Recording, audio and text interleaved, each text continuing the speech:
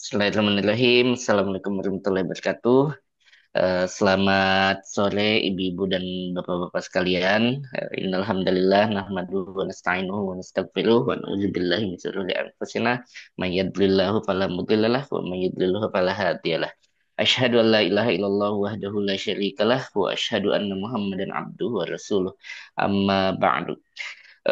Yang pertama-tama marilah kita ucapkan puja dan puji syukur kita kepada Allah Subhanahu wa taala yang telah memperkenankan kita, yang telah memberikan kita nikmat untuk ikut dalam pengajian kita kali ini mempelajari kembali Al-Qur'an yang diselenggarakan oleh pengurus cabang istimewa Muhammadiyah di Jerman Raya, yang kali ini adalah sesi kedua yang akan disampaikan oleh Ustadz Hartanto Saryono LC Al-Hafiz, yang pembahasan pada hari ini insya Allah kita akan masuk pada pembahasan tentang peradaban Nabi Ibrahim alaihissalam dan Nabi Ismail alaihissalam, tentang Mekah membangun lembah dari tandus hingga jadi pusat pendidikan religi, budaya, dan ekonomi. Tentu ini adalah kisah yang sangat menarik. Oleh karena itu, sebelum kita mulai pengajian kita kali ini, marilah kita bersama-sama membaca taus. Auzubillahiminasyaitonirrajim dan Bismillahirrahmanirrahim. Sebelum kita mulai pada kegiatan pengajian kita kali ini, izinkan saya Ustadz untuk membacakan eh, ayat suci Al-Quran, surah Ibrahim, dari ayat 35 hingga 41. A'udzubillahiminasyaitonirrajim. Bismillahirrahmanirrahim. Wa iz qala Ibrahim rabbi ij'al hadzal balada aminan wajnubni wa bani ya an na'budal asnam. Rabbi innahunna adlalna katsiran minan nas faman tabi'a Faman tabi'ani fa innahu minni wa man asani fa innaka ghafurur rahim. Rabbana inni askantu min zurriyyati biwadin ghairi zi zar'in 'inda baitikal muharram rabbana liyuqimus salata faj'al af'idatam minan nasi tahwi ilaihim warzuqhum minas samarati la'allahum yashkurun. Rabbana innaka ta'lamu Rabbana innaka ta'lamu ma nukhfi wa ma nu'lin wa ma yakhfa 'alallahi min syai'in fil ardi wala fis sama. Alhamdulillahilladzi wahaba li 'alal kibari Ismaila wa Ishaq. Inna rabbi lasami'ud du'a. Rabbi ja'alni Rabbi ja'alni muqimas salati wa min zurriyyati. Rabbana wa taqabbal du'a. Rabbana gfirli wa liwalidayya wal mu'minina yawma yakumul hisab. Sadaqallahul azim. Adapun waktu dan tempat, saya persilahkan kepada Ustadz Ustadz Hartanto Saryono untuk dimulai pengajiannya. Terima kasih Ustaz. Baik, terima kasih Mas Aidil. Bismillahirrahmanirrahim. Assalamualaikum warahmatullahi wabarakatuh. Waalaikumsalam warahmatullahi wabarakatuh. Alhamdulillahi rabbil alamin. Wassalatu wassalamu ala ashrafil anbiya'i wal mursalin. Sayyidina wa maulana Muhammadin wa ala alihi wa sahbihi ajma'in. وبعد فاللهم علمنا ما ينفعنا وانفعنا بما علمتنا وزدنا علما تنفعنا به يا رب العالمين. اللهم فقهنا في الدين وعلمنا التأويل وألحقنا بالصالحين Wa sallallahu wa sallama wa baraka ala sayyidina Muhammadin wa ala alihi wa ashabihi ajma'in. Walhamdulillahi rabbil alamin. Bapak Ibu yang dimuliakan Allah Subhanahu wa taala dan rekan-rekan yang semoga senantiasa juga dirahmati oleh Allah Subhanahu wa taala. Bersyukur kita kepada Allah Subhanahu wa taala kita dapat berjumpa kembali di Rabu ini. Semoga menjadi pertemuan yang barakah dan semoga memberatkan amal kebaikan kita di Yaumil Mizan. Semoga menjadi pertemuan yang menyatukan hati kita bukan hanya di dunia, tapi juga semoga kita bersama sampai ke surga tertinggi, surga Al-Firdausil A'la. Amin ya rabbal alamin. Salawat dan salam semoga senantiasa Allah limpahkan kepada junjungan kita Nabi besar Muhammad sallallahu alaihi wasallam, keluarga beliau, sahabat-sahabat beliau, serta pengikut beliau hingga yaumil qiyamah. Bapak Ibu, ikhwani dan akhwati yang dimuliakan Allah Subhanahu wa taala, kita masih membahas tentang peradaban dalam Al-Quran khususnya, dan tema pada kesempatan kali ini membahas tentang peradaban Nabi Ibrahim dan juga Nabi Ismail alaihissalam secara khusus. Nabi Ibrahim alaihissalam sebagaimana kita ketahui dan saya sebutkan pada pertemuan sebelumnya bahwa beliau termasuk satu dari 5 nabi yang dikategorikan, dikelompokkan sebagai ulul azmi, para nabi yang dengan tantangan ujian yang sangat berat tapi mereka tetap teguh, tetap bersabar dalam menghadapi berbagai ujian tersebut hingga Allah Subhanahu wa taala pilih mereka sebagai hamba-hamba terpilih.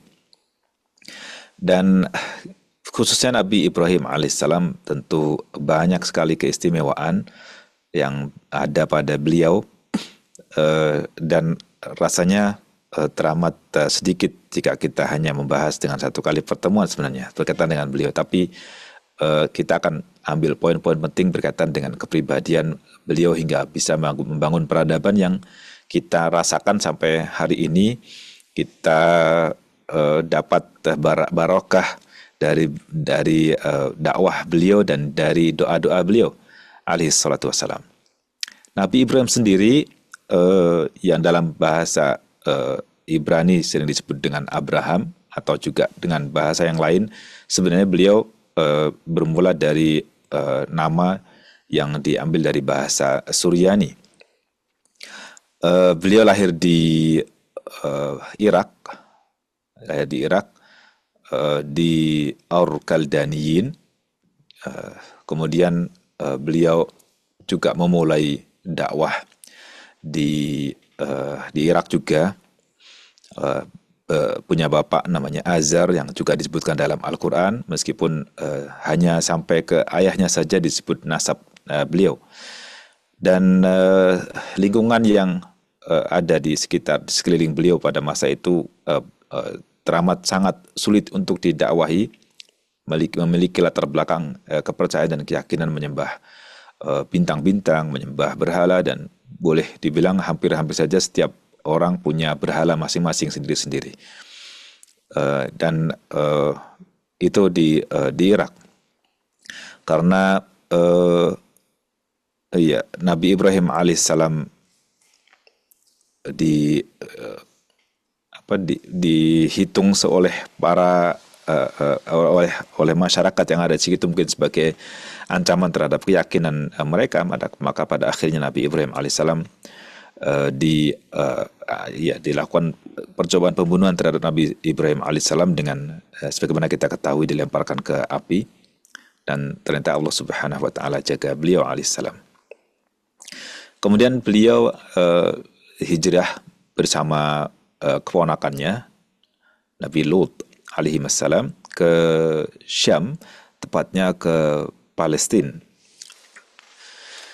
Beliau menetap di Palestina untuk beberapa waktu, kemudian beliau sempat ke Mesir, namun tidak lama di sana, dan kemudian kembali lagi ke Palestina. Di Palestina lama menunggu kelahiran keturunan, tapi ternyata ujian beratnya adalah beliau tidak kunjung punya keturunan, dan ternyata beliau kemudian punya keturunan dari yang pertama dari Hajar, yaitu Nabi Ismail. Kemudian ternyata berikutnya Sarah pun mengandung dan melahirkan Ishak. Ujian yang panjang menanti keturunan itu ternyata tidak selesai sampai di situ. Untuk kemudian ternyata Ibrahim yang masih terhitung orok, masih baru lahir itu harus mendapat amanah berat dari Allah Subhanahu wa taala melalui Nabi Ibrahim alaihissalam sebagai ayahnya, agar menghijrahkan ibunda Ismail, Hajar, dengan Ismail ke Makkah.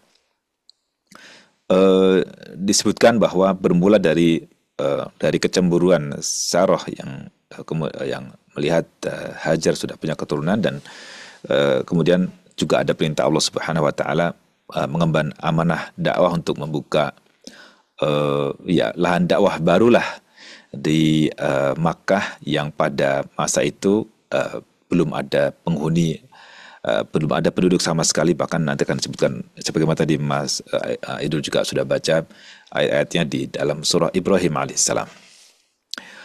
Ala kulli hal, Ibrahim dan Ismail ini dua pribadi yang sangat luar biasa ya. Terutama Nabi Ibrahim alaihissalam. Sampai-sampai Allah Subhanahu wa taala di surah An-Nahl ayat 120, Allah sebut Nabi Ibrahim alaihissalam dengan beberapa sifat utama yang beliau miliki di sini. Kalau kita coba kalau kita bahas itu, setidaknya ada 33 poin penting sifat-sifat Nabi Ibrahim alaihissalam dari Al-Quran. Dalam Al-Quran kurang lebih 33 sifat yang dimiliki oleh Nabi Ibrahim alaihissalam. Dan Al-Quran Masya Allah banyak sekali menyebut nama Nabi Ibrahim alaihissalam dalamnya. Setidaknya 69 kali Allah menyebut nama Nabi Ibrahim alaihissalam. Di surah An-Nahl ayat 120 ini Allah Subhanahu wa taala berfirman, Inna Ibrahim kana ummatan qanitan lillahi hanifan wa lam yakun minal musyrikin. Ya, sesungguhnya Ibrahim itu adalah umat. Satu orang tapi disebut umat. Satu orang disebut umat. Kenapa disebut umat? Syekh Sa'di dalam tafsir beliau memaknai tentang umat ini, ai imaman jami'an li khisalil khairi hadiyan muhtadiya. Bahwa Nabi Ibrahim alaihissalam itu disebut umat karena beliau adalah seorang imam, pemimpin yang mengumpulkan semua sifat kebaikan. Beliau sebagai pemberi petunjuk dan membawa kepada petunjuk Allah Subhanahu wa taala. Itulah kemudian disebut sebagai umat, karena mengumpulkan segala sifat kebaikan dan kebajikan pada pribadi beliau. Jadi bukan sembarang orang beliau. Semua kebaikan ada di beliau, dan tadi saya sebutkan setidaknya ada 33 sifat yang dimiliki oleh beliau yang disebutkan dalam Al-Quran.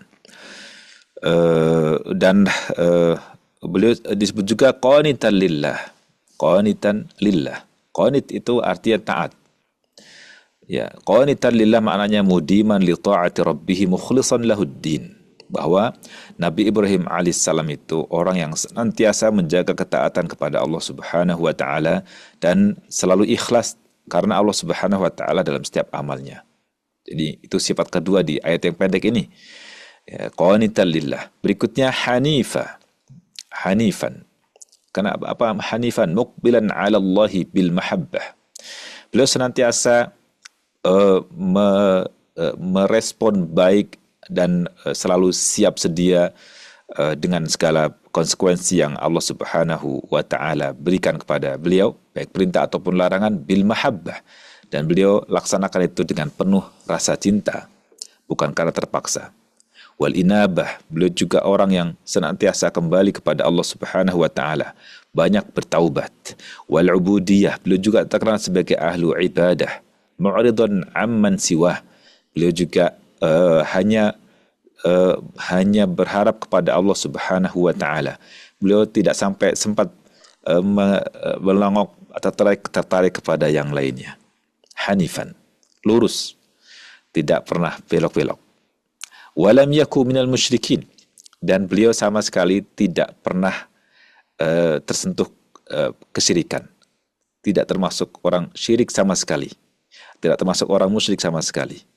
Baik dalam perkataannya fi qawlihi wa amalihi, dalam perkataan ataupun perbuatan, wa jami' ahwalihi, dan segala kondisi beliau tidak pernah mengisyaratkan bahwa beliau termasuk orang musyrik. Tapi tuduhan-tuduhan orang ahli kitab sangat dahsyat sekali terhadap beliau. Mungkin kalau kita bisa bahas satu persatu ayat tentang Nabi Ibrahim alaihissalam sangat dahsyat ketika mereka mengatakan wa qalu kunu hudan aw nasara tahtadu. Mereka mengatakan jadilah Nasrani atau Yahudi lah, pasti kamu akan dapat petunjuk gitu. Kemudian dibantah oleh Allah Subhanahu wa taala, wa qalu kunu hudan aw nasara tahtadu qul bal millata Ibrahim hanifa wa lam yakun minal qul bal mil qul wa qalu kunu hudan aw nasara tahtadu qul bal millata Ibrahim hanifan wa lam yakun minal musyrikin. Dan justru Allah SWT katakan bahwa millat Nabi Ibrahim itu hanifan, agama Nabi Ibrahim alaihissalam itu hanifan, lurus, tidak belok-belok tadi ya. Walam yaku wa ma kana minal musyrikin qul bal millata Ibrahim hanifa wa ma kana minal musyrikin. Dan Nabi Ibrahim tidak pernah masuk dalam golongan orang musyrik. Orang mereka ahli kitab menuduh Nabi Ibrahim dan juga mengklaim Nabi Ibrahim dan segala macamnya sebagaimana yang dilakukan oleh mereka terhadap para nabi yang diutus kepada mereka. Ya, walam yaku minal musyrikin, dan sama sekali baik di masa lampau atau masa kemudian Nabi Ibrahim alaihissalam tidak pernah sama sekali masuk dalam golongan musyrik. Bahkan kalau kita coba kaji secara detail kalimat yang Allah Subhanahu wa taala sampaikan walam yaku. Ini kata yaku itu berasal dari kata yakunu, bahwasanya dia. Ketika kemasukan kata lam, maka akan jadi yakun, berakhiran dengan nun. Walam yakun. Namun untuk menunjukkan bahwa Nabi Ibrahim alaihissalam itu sama sekali tidak pernah sedikit pun terseret pada masalah syirik, maka Allah hilangkan nunnya. Walam yaku minal musyrikin. Jelas ya semuanya. Jadi yakunu tadi panjang, yakunu ada wawunya yakunu, karena ada kemasukan lam maka menjadi yakun, seperti lam yakun di surah Al-Bayyinah, lam yakunil ladzina kafaru min ahlil kitab dan seterusnya.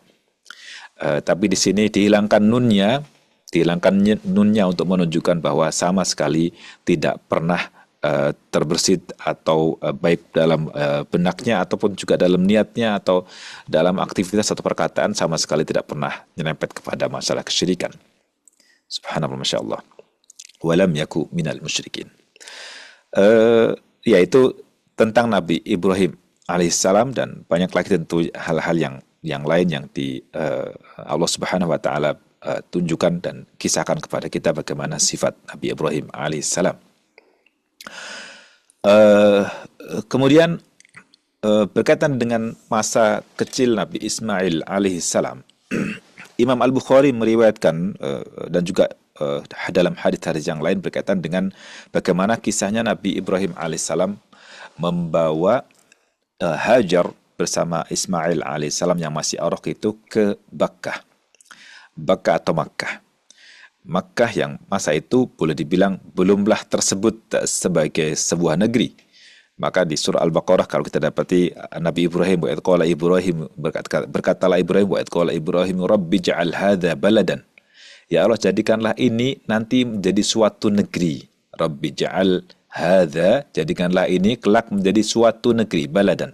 Sementara di surah Ibrahim alaihissalam yang tadi dibaca, Nabi Ibrahim mengatakan Rabbi ja'al hadzal balada amina. Di surah Al-Baqarah, Rabbi ja'al hadza baladan amina. Ya Allah, jadikanlah ini nanti sebagai negeri yang aman. Sementara ketika Nabi Ibrahim berkunjung kembali sudah jadi negeri, maka beliau katakan Rabbi ja'al hadzal balada amina. Jadikanlah ini negeri aman. Jadi sudah jadi negeri, kemudian tetap didoakan oleh Nabi Ibrahim alaihissalam. Ya mungkin secara singkat bagaimana Nabi Ibrahim alaihissalam diperintah oleh Allah Subhanahu wa taala untuk menghijrahkan ya, tepatnya menghijrahkan Hajar bersama Ismail alaihissalam untuk membangun peradaban baru. Membangun peradaban baru yang kemudian ternyata menjadi tonggak bagaimana dakwah Rasulullah Shallallahu alaihi wasallam. Jadi eh, unik ya, keluarga Nabi Ibrahim alaihissalam ini sangat unik kalau saya boleh bilang. Uniknya bagaimana? Jadi ketika Allah Subhanahu wa taala perintahkan agar membawa hijrah Hajar dan Ismail alaihissalam itu sepertinya ya, jadi sebelum kita bahas lebih jauh bahwa kisah-kisah masa lalu atau kisah para nabi masa lalu juga umat-umat terdahulu itu hal yang gaib. Hal yang gaib. Untuk berbicara masalah yang gaib, maka kita tidak bisa menyebutkan kisah itu kecuali dengan wahyu. Dan wahyu itu adalah Al-Quran dan hadis Nabi Shallallahu Alaihi Wasallam. Dan kisah Nabi Ibrahim alaihissalam ini juga hal yang gaib juga, yang boleh dibilang tidak ada yang tahu. Kalaupun tahu, Bani Israel sudah atau Ahlul Kitab sudah banyak menyimpangkan kisah itu, bahkan mungkin dibumbui dengan hal-hal yang tidak senonoh, tidak elok, tidak baik. Itu yang dilakukan oleh mereka semuanya. Maka yang bisa dipercaya terhadap hal yang gaib itu hanya dua, dan kedua-duanya ini adalah wahyu, yaitu Al-Quran dan hadis Nabi Shallallahu Alaihi Wasallam. Nah, berkaitan dengan kisah hijrahnya ini, Al-Quran juga tidak menyebutkan bagaimana apakah mereka diskusi terlebih dahulu atau tidak. Kemungkinan diskusi juga, tapi nggak disebutkan. Dalam hadis Nabi juga nggak disebutkan bagaimana apakah beliau ataukah beliau berdiskusi dulu sama istrinya, terus sharing dulu apa enggak. Wallahu a'lam. Tapi kemudian ketika Nabi Ibrahim alaihissalam tiba mengantar Hajar dan Ismail ke Makkah itu Nabi Ibrahim alaihissalam membawakan bekal untuk beberapa kurma sama tempat air minum. Syannah namanya. Syannah berasal dari apa namanya daging dari kulit binatang, jadikan tempat minum. Hanya bekal itu, dibekali air minum dan kurma. Ditinggal di situ, disebut sebagai biwadin ghairi di zar' tadi yang Mas Aidul bacakan di surah Ibrahim, disebutkan wadin ghairi di zar', sebuah lembah yang sama sekali tidak bisa tumbuh-tumbuhan pada masa itu. Sebuah lembah yang tidak ada tumbuhannya sama sekali, menunjukkan bahwa ini lembah tidak bukan lembah yang boleh dibilang pada masa itu layak untuk tempat tinggal, bukan tempat yang enak untuk hidup di situ, karena tidak ada tumbuhan dan juga tidak ada air sama sekali pada masa itu. Sementara waktu itu nggak diketahui bahwa ada air Zam-Zam di kemudian, gitu. Dan ya, kemudian ditinggallah mereka berdua, Ismail dan Hajar di lembah tersebut. Yang menarik adalah ketika itu Nabi Ibrahim alaihissalam harus segera kembali ke Palestina, ke Syam, tanpa membangun peradaban terlebih dahulu. Artinya Nabi Ibrahim alaihissalam tidak menyediakan tempat yang bisa menjadi tempat tinggal Ismail dan Hajar yang layak untuk ditempati tinggal gitu ditempati. Dan ya, kemudian ketika ditinggal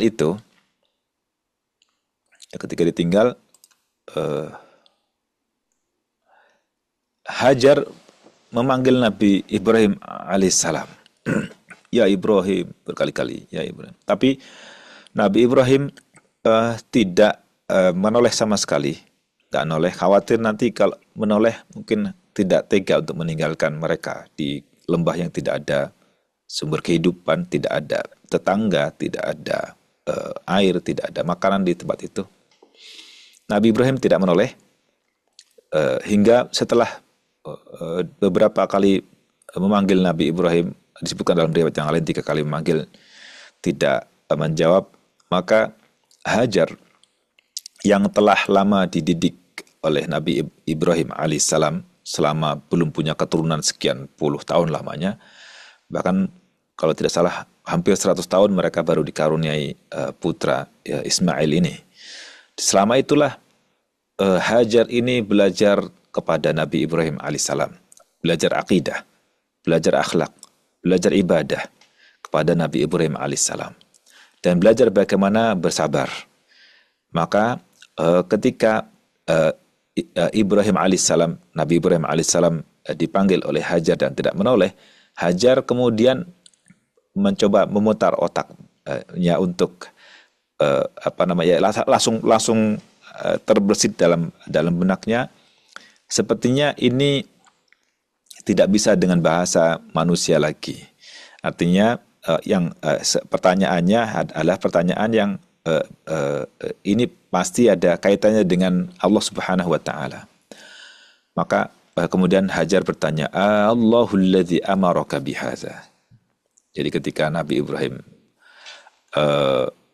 meninggalkan mereka, terus kan nanya, dia di riwayat yang lain disebutkan, ya Ibrahim, mau kemana engkau pergi? Terus engkau tinggalkan, ya kan? Jadi ketika Ibrahim berangkat, dia manggil, ya Ibrahim, aina tadhhab wa tatrukuna bihadzal wadi alladhi laisa fihi insun wala syai'. Ya, jadi nanya dia, Ibrahim, mau kemana engkau pergi? Lalu engkau tinggalkan kami di sebuah lembah yang enggak ada orang, enggak ada apapun.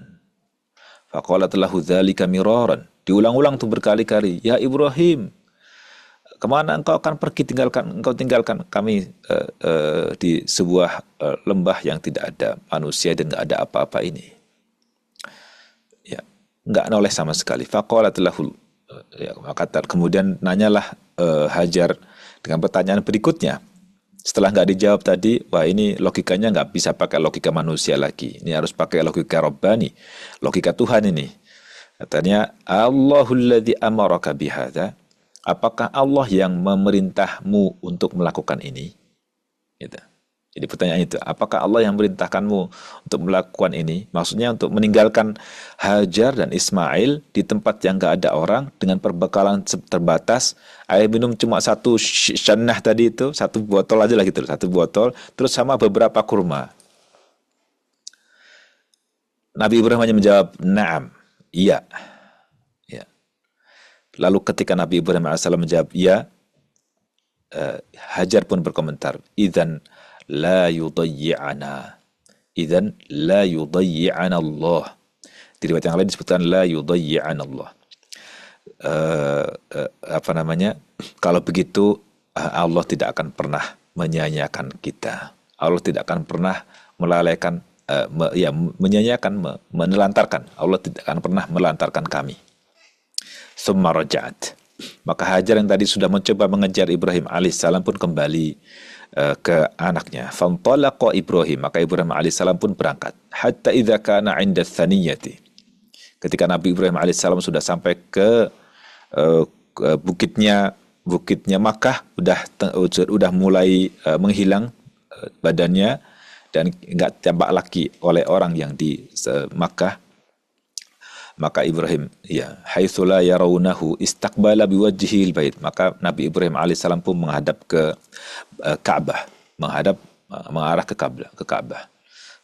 Kemudian beliau berdoa, mengangkat tangan beliau dan mengucapkan kalimat, Rabbi inni askantu min dzurriyyati biwadin ghairi dzar. Doa yang tadi disebutkan dalam Al-Qur'an, wahai Rabbku, sesungguhnya aku mendudukkan, menempatkan sebagian keturunanku biwadin, di sebuah lembah ghairi dzar, yang tidak ada tumbuhan sama sekali. Ya, sampai kemudian ke bagian ayat yashkurun dalam ayat surah Ibrahim. Kemudian setelah ditinggal itu, Hajar pun menyusui Nabi Ismail yang masih orok itu, masih bayi itu. kemudian juga minum dari air yang dikasih tadi. Hatta idza nafida ma fis saqa'i atshat. Ketika air yang ada di tempat minum tadi sudah habis, akhirnya dia haus. Anaknya pun juga haus. Terus dia ngelihat ke anaknya. Anaknya ya merasa kehausan, bahkan disebutkan boleh dibilang hampir saja ya mungkin udah dehidrasi, udah hampir mati lah gitu. Akhirnya Hajar pun bertolak, berangkat untuk mencoba mencari barangkali ada air. Dan dia nggak ngelihat karohata an tanzura ilaihi. Dia nggak ngelihat Ismail alaihissalam yang masih gitu, nggak tega untuk melihat Nabi Ismail. Dia langsung berangkat saja, tinggalkan. Fa wajadatis safa aqraba jabalin fil ardi yaliha. Akhirnya dia jalan ke Safa, Bukit Safa. Bukit Safa ternyata nggak nemu apa-apa. Faqamat alaih, dia berdiri di Safa. Terus menghadap ke lembah yang ada Ka'bah di situ. Tantur hal yang waktu itu belum ada Ka'bah belum ada ya. Tanzur hal tara ahadan. Dia ngelihat barangkali ada orang di situ. Falam tara ahadan. Ternyata nggak ada orang sama sekali. Akhirnya dia turun. Fahabudat minas Safa. Turun dari Safa sampai ke lembah, terus naik lagi. Naik, akhirnya beliau dengan usaha yang sangat luar biasa sambil jalan, sambil lari kecil. Kemudian sampailah ke Marwah. Lihat ke sana. Nggak juga dijumpai apa-apa. Nggak ada orang, nggak ada apa-apa. Terus akhirnya diulanglah itu sampai 7 kali. Yang kemudian jadi syariat bagi kita semuanya untuk sa'i. Menjadi rukun umrah ataupun haji. Itu dari pengalaman spiritual Hajar dan Ismail di lembah ini. 7 kali. Pada masa itu nggak ada apa-apa. Kalau sekarang udah pakai AC, udah enak, masya Allah. Udah pakai ada skuternya lagi pula, enakan gitu. Coba zaman itu nggak ada apa-apa, masih tanah gersang bebatuan. Ya tentu usahanya nggak gampang. Berapa jaraknya? 700 meter atau berapa? Satu sekali jalan antara Safa dan Marwah itu. Bolak-balik sampai 7 kali. Iya, Nabi SAW mengomentari sebelum ketika qala Ibnu Abbas yang meriwayatkan hadis ini, waktu berkisah Nabi SAW memberikan catatan fadzalika sa'yun nasi bainahuma. Itu yang kemudian jadi ibadah sa'inya manusia. Lari-lari kecil di situ yang jadi syarat bagi kita semuanya. Pas sampai di Marwah, dia dengar suara. Jadi suara, tapi kemudian dia mencoba mengatakan pada dirinya, soh, coba diamlah. Maksudnya diam, coba dengar apa ada suara apa sih gitu. Dia mencoba tasammat, coba mendengarkan. Dia dengar suara, tapi nggak jelas, nggak tahu suara siapa kan dia. Terus akhirnya ternyata dengar dia. Ya. Terus dia katakan, aku telah mendengar apa yang kau aku telah mendengar apa yang kau katakanlah gitu. Terus dia sambil berharap, kiranya engkau bisa memberikan pertolongan lah. Ya, kiranya engkau bisa memberikan pertolongan. Ternyata yang mengucapkan kalimat yang didengar tadi itu adalah malaikat Jibril alaihissalam. Dan dia ternyata di tempat Zam-Zam itu. Ya. Di tempat Zam-Zam itu, dan kemudian ternyata singkat cerita pada akhirnya ketemulah sumur Zam-Zam tersebut. Nabi sempat berkomentar kalau sekiranya Hajar nggak ngambil air itu, mungkin itu jadi aliran sungai ya. Itu yang dikomentar oleh Nabi SAW. Yarhamullahu umma Ismail. Semoga Allah merahmati ibunya Ismail. Lau tarakat Zamzam. Sekiranya ia meninggalkan Zamzam. Atau perawi mengatakan, lau lam taghrif minal ma'i. Kalau sekiranya ibunya Ismail itu tidak mengambil air minumnya gitu. Karena Zamzamu ainan ma'inah. Lisaya Zam-Zam itu menjadi aliran sungai yang mengalir. Nah, akhirnya dia syaribat, minumlah dia dari air Zam-Zam itu, dan kemudian menyusui Ismail alaihissalam. Ya. Eh, Terus malaikat mengatakan kepadanya, la takhafud dhay'ah. Kamu nggak usah khawatir akan menjadi sengsara dan sia-sia. Fa innaha huna baitullah. Fa innaha huna baitullah. Karena di sini ini adalah baitullah, rumah Allah Subhanahu wa taala. Yabni hadzal ghulamu wa abuh. Nanti akan dibangun oleh ini anak yang masih bayi ini dan ayahnya Ibrahim alaihissalam. Jadi masya Allah ini kabar gembira juga bagi yang menguatkan, yang lebih menguatkan lagi keyakinan Hajar untuk berada di tempat tersebut adalah ketika menerima ilham dari Allah Subhanahu wa taala lewat malaikat Jibril ini. Setelah tadi keyakinannya bahwa apa yang diperintahkan oleh Allah Subhanahu wa taala itu pasti membawa kebaikan, dan akhirnya yakin dilepaslah Nabi Ibrahim alaihissalam dan nggak manggil lagi Nabi Ibrahim alaihissalam. Berikutnya lagi dengan keyakinan itu ternyata kemudian Allah Subhanahu wa taala berikan kabar gembira dengan tadi ya, malaikat mengatakan innaha huna baitallah yabni hadzal gulam wa abuh. Nanti akan dibangun oleh calon pemuda ini dan juga ayahnya. Itulah tonggak awal mula peradaban yang kemudian jadi peradaban itu. Jadi peradaban itu tidaklah mudah dibangun untuk pertama kalinya. Wa innallaha la yudhi'u ahlahu. Dan sesungguhnya Allah Subhanahu wa taala enggak bakal menyengsarakan keluarganya. Wa kanal baitu murtafi'an minal ardi. Dan pada waktu itu Ka'bah itu posisinya tinggi ya, tapi kemudian ada banjir dan segala macamnya.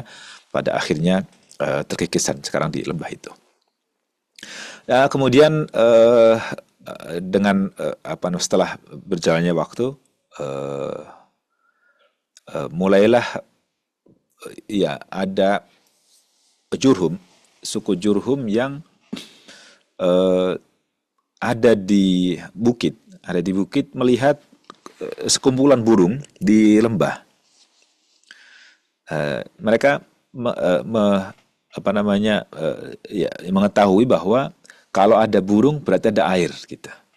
Mereka mengatakan inna hadza ta'iru la yaduru ala ma'in la'ahduna bihadzal wadi ya. Wa ma fi ya baik. Jadi mereka mengatakan ini ada burung berarti ada air dong di sana. Akhirnya dikirimlah satu orang untuk mengecek ke bawah ke lembah itu. Ternyata benar ternyata beberapa orang dikirim itu mendapati ternyata di sana ada air. Mereka akhirnya kembali ke rombongan yang menunggu di bukit tadi itu dan mengabarkan kepada mereka ternyata di situ ada air. Ya, ya, ibunda Ismail ada di tempat air Zam-Zam itu. Mereka ketika mendekat ke situ minta izin, berkata kepada ibunda Hajar, ibunda Ismail alaihissalam. Mereka mengatakan Jurhum itu suku Arab ya, suku Arab. Yang kemudian Nabi Ismail alaihissalam juga belajar budaya Arab dan bahasa Arab kepada mereka. Mereka mengatakan ata'dhanina lana an nanzila indak. Boleh nggak kita singgah ke tempatmu? Faqalat na'am. Boleh, iya. Walakin la haqqa lakum fil ma. Tapi ini air tidak ada hak bagi kalian sama sekali. Mereka menjawab, qalu na'am. Oke, enggak apa-apa ya. Ya, maka akhirnya diizinkanlah mereka dan suka kemudian mulai ada penduduk di sekitarnya. Baik. Di situ dan seterusnya di kisah yang disebutkan di riwayat Al-Bukhari ini tidak disebutkan tentang kisah perintah untuk menyembelih Nabi Ismail alaihissalam, tapi langsung ke masa kemudian Nabi Ismail alaihissalam itu menikah dengan Jurhum. Ya, kemudian ya. Ta'allama al-arabiyyata minhum. Nabi Ismail pemuda itu belajar bahasa Arab kepada orang-orang Jurhum, ya. Kemudian ketika sudah mencapai usia pemuda, menjadi syabab pemuda, akhirnya beliau menikah dengan seorang perempuan. Setelah menikah,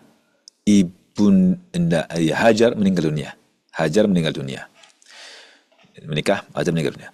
Tapi ya waktu itu Nabi Ibrahim alaihissalam sempat berkunjung mengunjungi Ismail alaihissalam setelah menikah.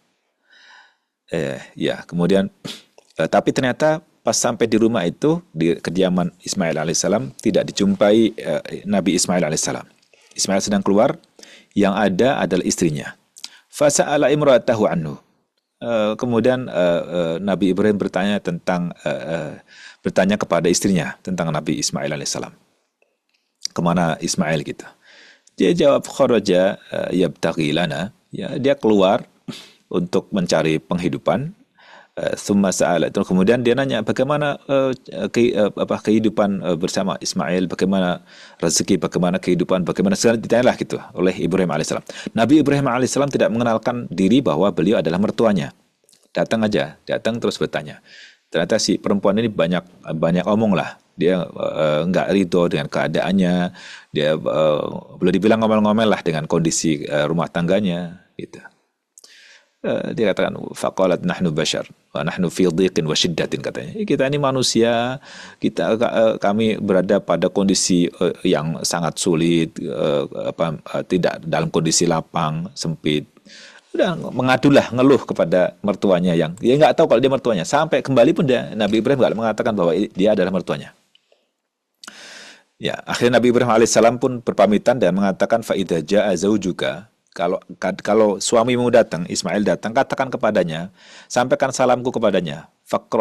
Faqra'i salam. Sampaikan salam kepadanya. Wa qulilahu yughayyir atabata babihi. Katakan kepadanya agar katakan kepada Ismail agar ia mengganti palang pintunya. Ini bahasa sindiran ya, bahasa kiasan, bukan bahasa aslinya palang pintu. Tapi si istri Ismail alaihissalam seperti tidak mengerti konotasi atabatul bab. Kan, gantilah atabatul bab. Katanya yughayyir atabata babihi, agar Ismail mengganti atabat babnya, palang pintunya. Falamma ja'a Ismail, ketika Ismail alaihissalam datang, ka'annahu anasa syai'an, kayaknya Nabi Ismail itu merasa ada yang janggal, ada sesuatu yang dirasa oleh beliau, kayaknya udah ada yang datang lah, seperti ada yang datang. Faqala, Nabi Ismail muda bertanya, hal ja'akum min ahad, ada yang datang ke sini enggak? Qalat na'am. Istrinya menjawab, betul ada. Ja'ana syaikhun kadza wa kadza. Ada orang tua datang kemari, dia gini dan begini segala macam, pokoknya cerita. Fa'asa'alana anka fa'akhbartuhu. Dia nanya tentang dirimu, terus aku kabarkan kepadanya. Wa sa'alani kaifa 'aishuna. Dia juga nanya bagaimana penghidupan dan kehidupan kalian. Kita. Fa'akhbartuhu anna fi jahdin wa shiddatin. Aku kabarkan kepadanya kita dalam kondisi sulit, dalam kondisi sempit rezeki dan segala macamnya. Qala, Nabi Ismail nanya, fahal awsaki bi syai'? Dia ngasih pesan nasihat kepadamu enggak? Kata Ismail alaihissalam. Qalat, na'am. Ya, amaroni an aqra'a 'alaika salam. Dia menyuruhku agar menyampaikan salam darinya untukmu. Wa yaqulu, dan dia mengatakan, ghayyir atabata babik, agar mengatakan kepadamu, gantilah palang pintunya, gantilah palang pintumu. Nabi Ismail langsung menjawab, qala dzaka abi, itu bapakku. Wa qad amarani an ufadiqaki, dia menyuruhku agar aku menceraikanmu, memisahkanmu, dan lalu ilhaqi bi ahliki. Ya, udahlah kamu kembali kepada keluargamu. Fatallaqaha. Akhirnya Nabi Ismail alaihissalam menceraikannya. Wa tazawwaja minhum ukhra. Akhirnya setelah cerai dari istri yang pertama yang kurang solehah tadi itu, banyak ngeluhnya tadi itu, akhirnya dia menikah dari suku Jurhum juga dengan wanita Jurhum yang lainnya. Falabitha anhum Ibrahimu masya Allah. Dan dalam waktu yang cukup lama Ibrahim alaihissalam tidak berkunjung. Kemudian di kemudian hari akhirnya mengunjungi Ismail dan istrinya lagi ini. Falam yajidhu, sama seperti yang pertama kali kunjungan pertama tadi itu, ternyata Nabi Ibrahim tidak menjumpai Ismail alaihissalam. Fadakhala ala murati. Akhirnya dia minta izin untuk masuk ke rumah menjumpai istri Ismail alaihissalam tanpa mengenalkan siapa dia. Fasa'alaha anhu. Kebayang oleh kita ya bagaimana Nabi Ibrahim alaihissalam dari Palestina ke Makkah mengunjungi putranya. Istrinya udah meninggal dunia. Terus nggak ketemu sama anaknya dan juga nggak nunggu lagi, langsung balik ke Palestina. Masya Allah, perjalanan tidak bukan singkat kan. Nah di sela-sela ini kan ada kisah yang nanti akan kita sisipkan ya, bagaimana dengan Ismail alaihissalam muda yang remaja yang diminta agar disembelih itu. Ya, nah di sini datang lagi yang kedua kalinya, terus dapati istri Ismail alaihissalam tanpa Ismail.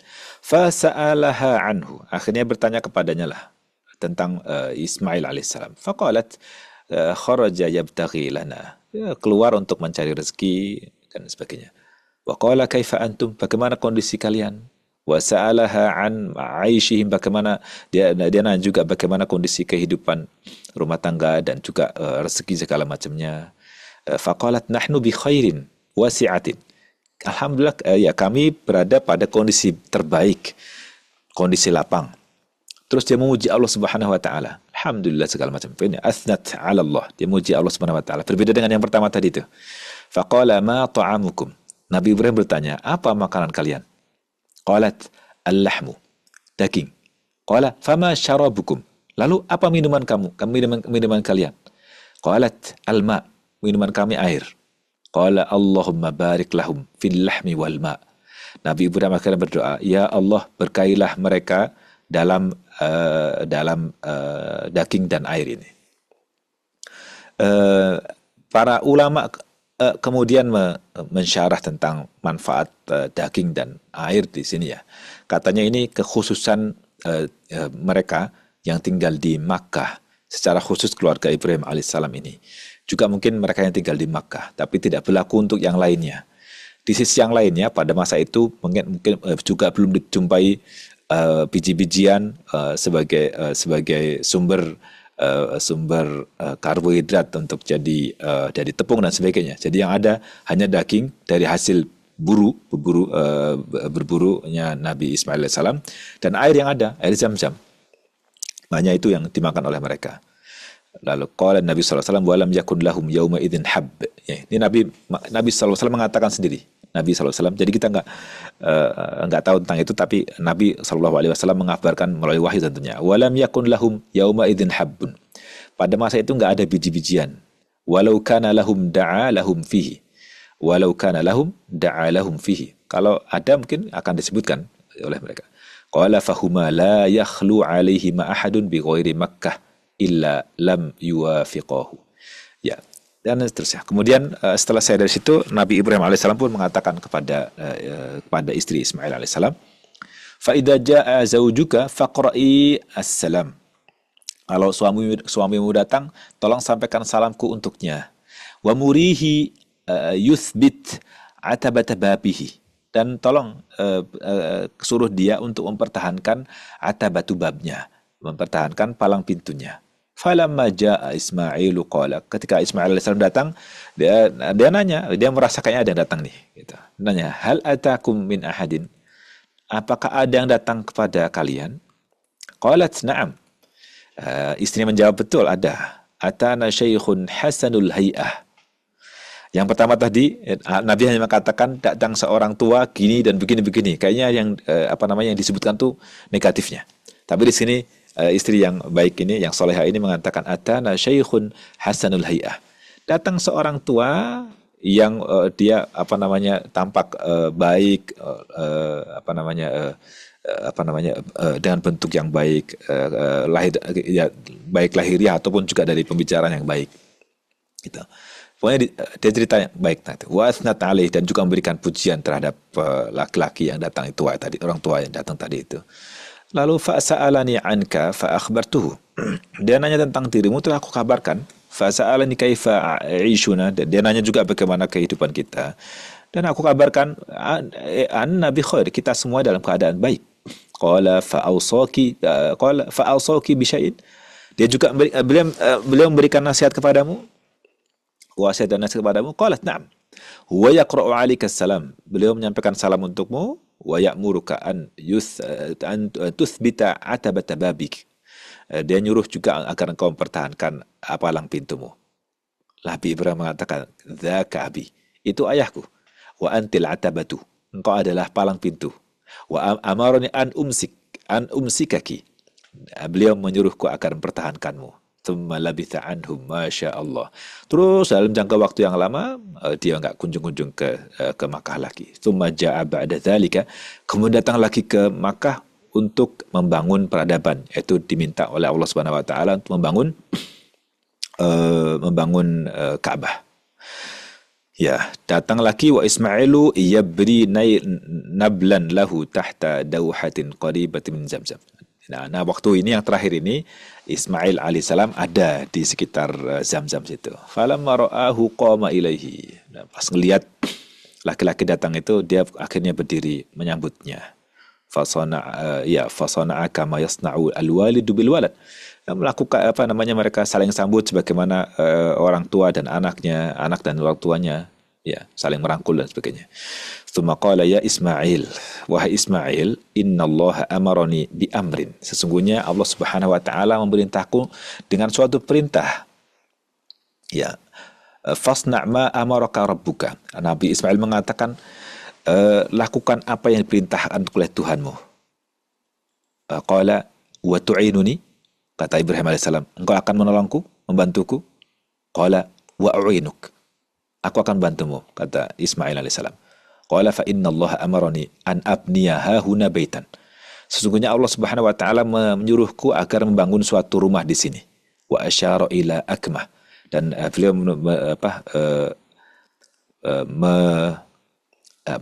menunjuk tempat di yang agak tinggi.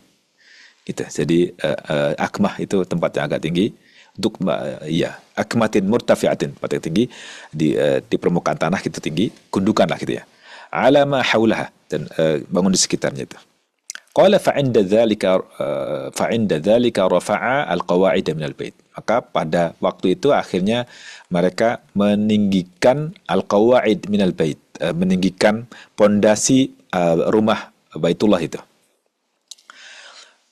Berkaitan dengan siapa yang pertama kali membangun Ka'bah atau membangun pondasi Ka'bah Baitullah ini, beda pendapat di kalangan para ulama ya. Apakah Nabi Ismail ataukah Nabi Adam ataukah para malaikat? Wallahu a'lam. Ada kemungkinan para malaikat, ada kemungkinan Nabi Adam alaihissalam. Wallahu a'lam. Tapi di sini kalau kita perhatikan di surah Al-Baqarah, wa idh yarfa'u Ibrahimul qawa'ida minal baiti, Nabi Ibrahim meninggikan. Nabi Ibrahim dan Ismail meninggikan bangunan Ka'bah itu. Wallahu a'lam. Wa ja'ala Ismailu ya'ti bil hijarah. Nabi Ismail ngangkat bawa batu, dikasih ke Ibrahim alaihissalam. Wa Ibrahim yabni hatta idza irtafa'a al-bina'u ja'a bi hadzal hajar. Bangun udah sampai tinggi, kemudian fawada'ahu lahu faqama alaihi. Ternyata udah nggak sampai lagi untuk bisa membangun, untuk ketinggian tuh. Akhirnya beliau bikin pijakan yang sekarang dikenal sebagai makom Ibrahim untuk naik situ untuk menaikkan batu membangun Ka'bah tersebut. Ya, beliau bangun, Nabi Ismail ngasih batu-batunya. Disitulah mereka beliau mengatakan Rabbana taqabbal minna innaka antas sami'ul alim, yang Allah abadikan di surah Al-Baqarah, wa idh yarfa'u Ibrahimul qawa'ida minal baiti wa Ismailu Rabbana taqabbal minna innaka antas sami'ul alim. Wahai Rabb kami, terimalah apa-apa yang kami kerjakan, innaka antas sami'ul alim, karena sesungguhnya engkau maha mendengar lagi maha mengetahui. Qala faja'ala yabniyani hatta yadura haulal Ka'bah, haulal bait. Selesai itu mereka mengelilingi Ka'bah dan mengucapkan kata-kata tadi, Rabbana taqabbal minna innaka antas samiul alim, dan seterusnya. Masya Allah. Inilah awal mula peradaban Makkah secara umum, atau yang dibangun oleh Nabi Ibrahim alaihissalam beserta Ismail alaihissalam. Dan Ismail unik.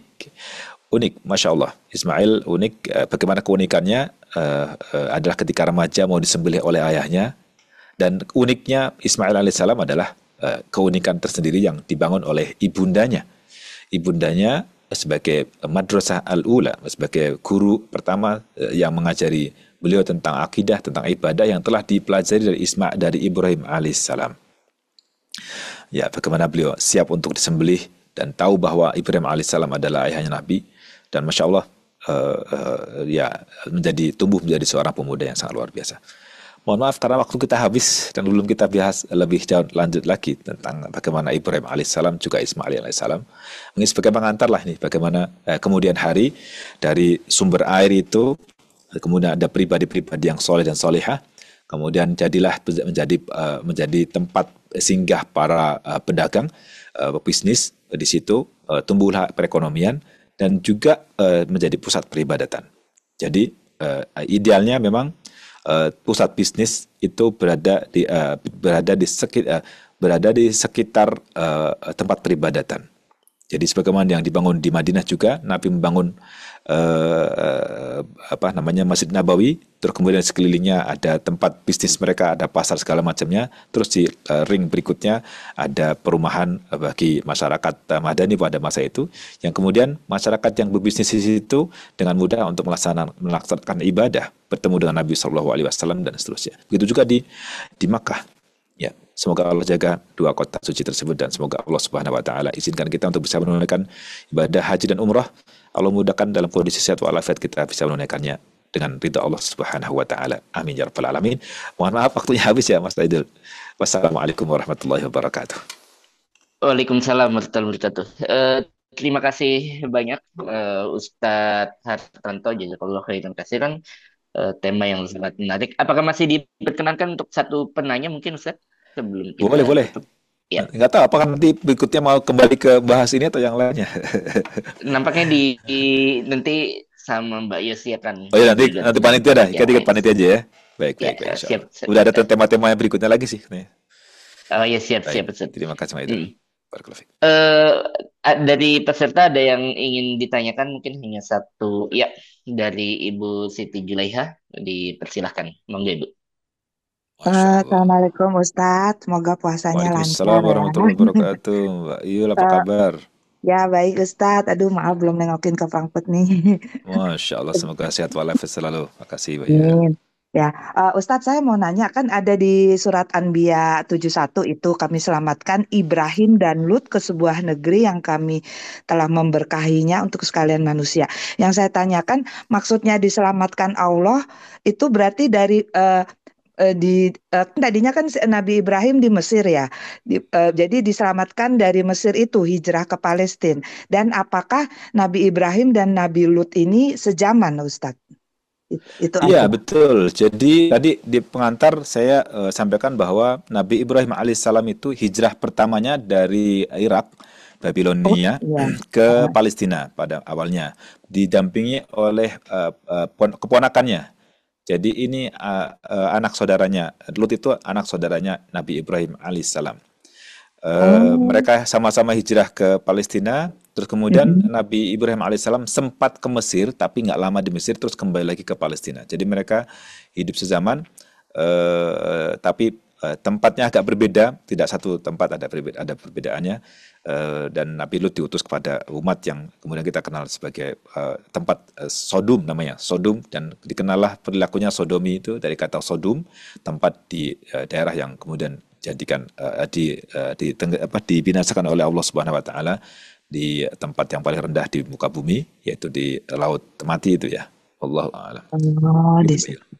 ya. Ya, jadi yang disebut sebagai wa najjaynahu minal qaryati allati kanat ta'mal, itu Nabi Ismail diselamatkan oleh Allah Subhanahu wa taala ke bumi kota suci yang diberkahi oleh wa najjaynahu wa lutan ilal ardi allati barakna fiha lil alamin.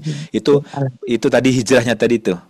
Oh, Jadi ini baik. Jadi kan gini, kan itu kan jadi Nabi Ibrahim alaihissalam itu dibakarkan jadi kisah yang tadi surah Al-Anbiya itu ya. Surah Al-Anbiya di ayat ke-60-an tadi itu. qulna itu kan pada akhirnya kan mereka bilang harriquhu, bakar dia Ibrahim. Nah, ketika dibakar terus Allah selamatkan kan dia. Nah, setelah Hmm, selamat dari itu di Irak, di selamat itu Irak baru ya. kemudian Nabi Ibrahim alaihissalam hijrah ke Palestina bersama Nabi Lut tadi. Maka di sini disebutkan wa najjainahu wa Luton, dan Lut.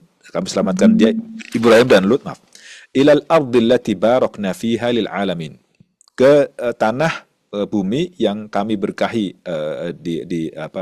lil alamin, bagi barokna fiha, kami berkahi bumi itu dan berkah untuk seluruh alam. Itu setelah hijrah dari bumi Kan'aniyin ya, dari Irak Babilonia tadi itu.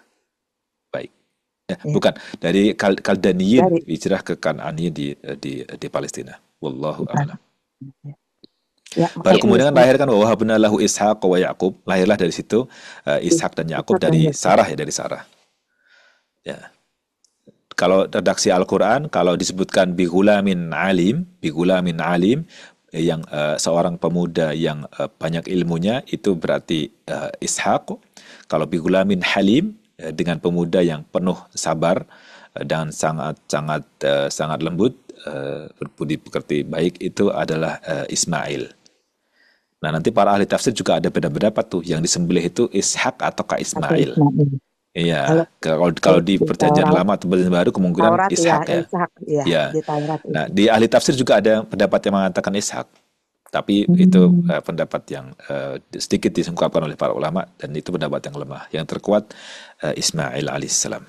Wallahu a'lam. Kasih Ustaz. Boleh nanya lagi Kak?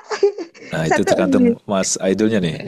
Satu lagi Mas Dul. ya Saya Ya, monggo baik, penasaran. dilanjutkan silakan. sekali lagi. Ya. Ya, ini Ustadz, saya Ka'bah itu kan maksudnya ditinggikan ya, didirikan oleh Hmm, Nabi Ibrahim. Nah, ya. kemudian ritual haji itu kan dimulai dari Nabi Ibrahim ya. Tapi kenapa orang-orang Yahudi turunannya Yakub Ishak itu tidak melaksanakan haji? Kalau kalau tidak melaksanakan ibadah ritual haji itu gitu, Ustadz tawaf gitu di Ka'bah gitu. Maksudnya kan sebelum Islam datang itu kalau nggak salah orang-orang Quraisy itu juga melakukan tawaf tapi dalam keadaan telanjang gitu kan. Eh, Iya. dan yang saya ingin tahu apakah orang-orang Yahudi itu juga dulunya melakukan ritual haji ini eh, dan karena itu kan turunannya Yakub sama Ishak itu aja. Ya. Wallahu a'lam. Kayak perlu dilihat dulu dalam kalau Quran sih nggak menyebutkan bagaimana mereka. Tapi mereka itu kan benar-benar membanggakan Baitul Maqdis kan mereka. Maka ketika kiblat dipindahkan kan mereka Oh mengatakan iya. oh, apa namanya? Wah, ya pertama kan mereka ngajak Nabi Muhammad ketika kiblat masih ke Baitul Maqdis kan ngajak, agama apa masih ikutin kita juga. Maka Nabi kan berharap pada Allah Subhanahu wa taala agar diizinkan untuk menghadap ke Ka'bah kan, ke Baitullah, Mm-mm, Ka'bah. mm-mm. Maka di awal juz 2 surah Al-Baqarah itu kan Jual disebutkan Al-Baqarah tentang ya. hal itu kan bagaimana. Maka Allah jawab dengan qad nara taqalluba wajhika fis sama'i falanuwalliyannaka qiblatan tardoha. Akhirnya dipindahkanlah Ka'bahnya ke ke Ka'bah, Baitullah Al-Haram gitu. Wallahu a'lam apakah mereka juga Hmm. dapat perintah untuk menunaikan haji ke sana atau enggak, tapi kemungkinannya mereka cukup dengan peribadatan di situ, di sekitar Baitul Maqdis itu sih. Dan Al-Quds ya. kiblatnya kan di situ ya. Mereka kiblatnya di situ, di Baitul Maqdis itu. Oh gitu.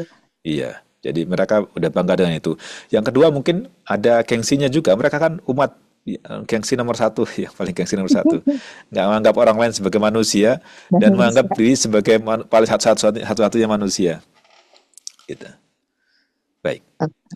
Hanya karena Rasulullah dari keturunan Ismail, keturunan Arab aja mereka nggak mau beriman kan. Gitu. Ya sama dengan iblis lah. Iblis kan bilang aku kau ciptakan dari api, Adam dari tanah. Kurang lebih seperti itu, dia membanggakan asal usul kan. Wallahu a'lam. Jazakallah khair Ustaz. Barakallahu fiik. Ya, Iya. ya, Baik. terima kasih banyak atas pertanyaannya Ibu Siti Julaiha, dan juga kami haturkan juga terima kasih banyak yang sebesar-besarnya kepada Ustadz Hartanto. yang telah berkenan untuk mengisi kajian kita pada hari ini. Mungkin ini ada satu pertanyaan dari Ibu Diah, apa namanya, terkait dengan, mungkin mohon izin Ustaz sebentar aja Ya, gitu ya. Eh, Pertanyaannya adalah, apakah keturunan Nabi Ishak pada saat ini masih ada di Palestina atau Israel? Apakah umat Yahudi ada kumpulan Ahlul Bait Nabi Ishak, semacam juga Ahlul Bait seperti di Islam? Monggo, Ustaz. wallahu a'lam.